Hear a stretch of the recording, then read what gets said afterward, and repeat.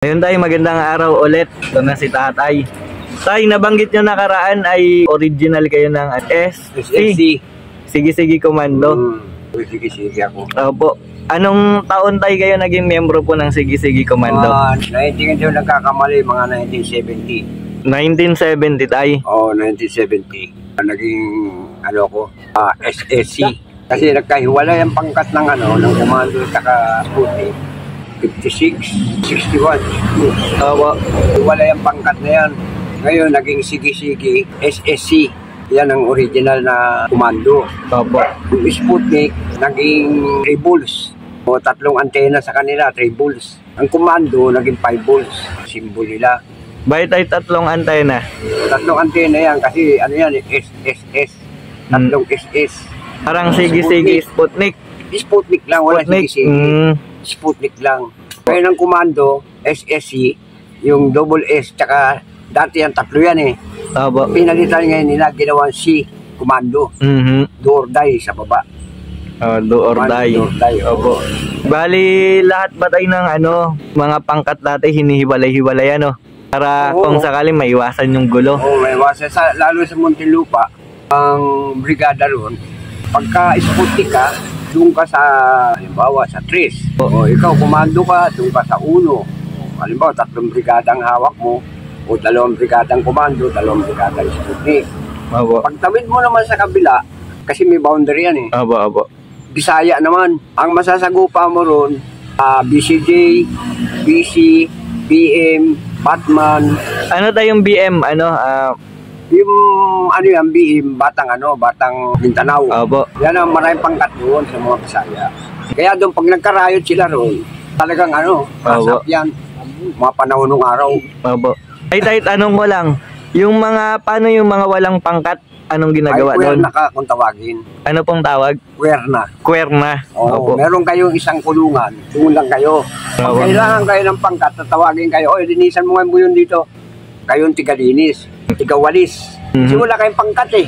Kaya yung iba, nagpapapangkat na lang, halimbawa, sa puso ko, bahala. O, bahala ko, papahala ko, punta ko sa brigada ng bahala.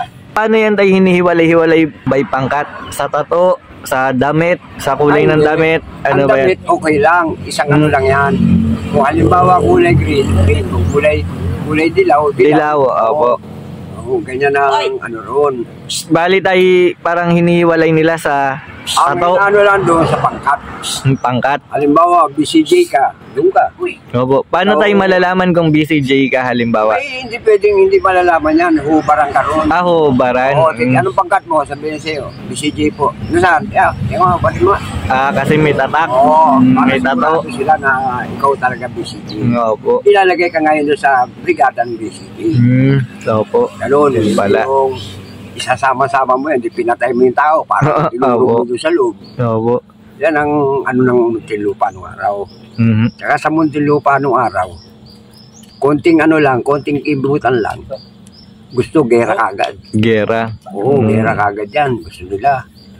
Walang wala silang pakailam. Basta makabawi sila, bawian ng isa, bawian na naman sa kabila. Bawian yan eh. Opo. Wala masunto yan. Pag nagkarayot doon, 3 na patay mo, wala sunto yan. Bartolina ka lang. Sasabihin ng bosyo, yung pinakamataas. Opo.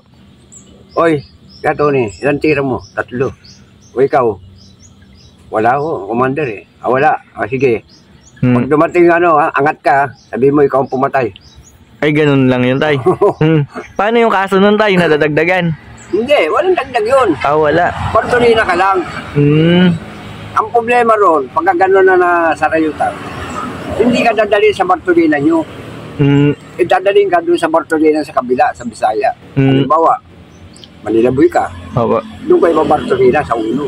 Opo. Sa mga Bisaya doon, yung mga BCJ. Paano yun tayo? Pag gulpi ka? Siyempre, magpapabura ka na. Ako, burahan mo na ako. BCJ na ako. Kasi pag hindi ako nagpabura, talagang gagawin kang ron, pasahan. Oo. Ganun ang ng Muntinlupa. Madalas ang ron, ang rayot ng araw. Rayot? Oo. Ay, ito tayo, may nagtanong, naabutan nyo raw ba yung parang patayan ng mga pangkat doon sa munti? Oo, masahol yan, madalas yan. Huwag lang mabangga mo ang pangkat sa Opo. dalaw. Halimbawa, ayan, si Bebe dadalaw. Opo. Ngayon, ikaw naman, nag-aabang ka ng dalaw.